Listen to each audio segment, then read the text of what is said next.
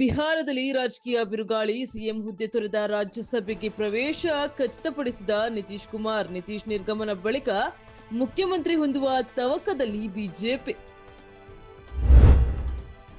ಹಲವು ರಾಜ್ಯ ಕೇಂದ್ರಾಡಳಿತ ಪ್ರದೇಶಗಳಿಗೆ ಹೊಸ ರಾಜ್ಯಪಾಲರ ನೇಮಕ, ಕೆಲವು ರಾಜ್ಯಪಾಲರ ವರ್ಗಾವಣೆ. ರಾಷ್ಟ್ರಪತಿ ದ್ರೌಪದಿ ಮುರ್ಮು ಆದೇಶ.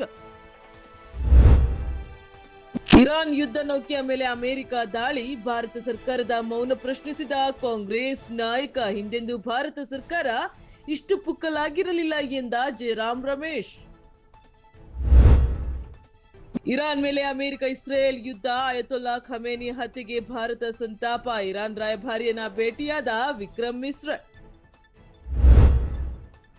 ಇಂದು ಸಿದ್ದರಾಮಯ್ಯರ 17ನೇ ಬಜೆಟ್ ಮಂಡನೆ. ವಿಧಾನಸೌಧದ ಹೊರಗೆ ಬಜೆಟ್ ಪ್ರದರ್ಶಿಸಿದ ಮುಖ್ಯಮಂತ್ರಿ. ಗ್ಯಾರಂಟಿ ಯೋಜನೆಗಳು, ಆದಾಯ ಹೆಚ್ಚಳಕ್ಕೆ ಹೆಚ್ಚಿನ ಒತ್ತು.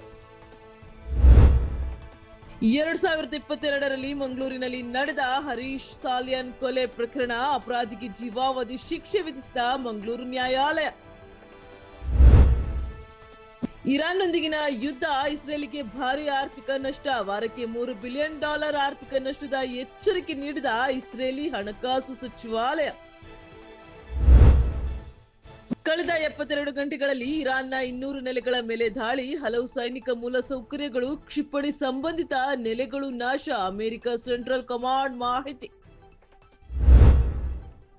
ಇರಾನ್ ಪ್ರಾಥಮಿಕ ಶಾಲೆಯ ಮೇಲೆ ನಡೆದ ದಾಳಿ. 165 ಮಂದಿ ಶಾಲಾ ಮಕ್ಕಳ ಸಾವಿಗೆ ಅಮೆರಿಕ ಕೈವಾಡ ಎಂದು ವರದಿ. ಹರ್ಮುಜ್ ನೌಕಾನೆಲೆಗಳ ಮೇಲಿನ ದಾಳಿಯು ಅಮೆರಿಕ ಪಡೆಗಳ ಕೃತ್ಯ ಎಂದು ಹೇಳಿಕೆ.